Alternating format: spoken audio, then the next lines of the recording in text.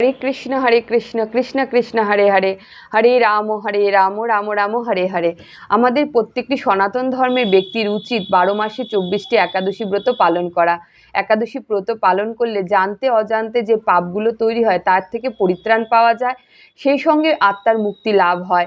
একাদশীর দিন কিন্তু এমন কোনো কঠিন কাজ না। একাদশী হচ্ছে এই দিন আপনারা কোনো রকম পঞ্চশস্য অর্থাৎ ধান, চাল, গম, ভুট্টা, যব, তিল এর তৈরি কোনো খাবার গ্রহণ করবেন না।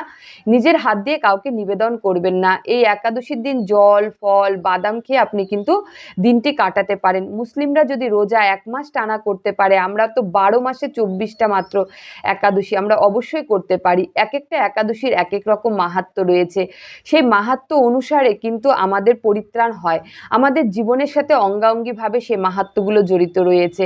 তাই আপনারা নিষ্ঠা সহকারে একাদশী পালন করুন। যদি কিছু জানতে ইচ্ছে করে আমাকে কমেন্ট করুন, আমি অবশ্যই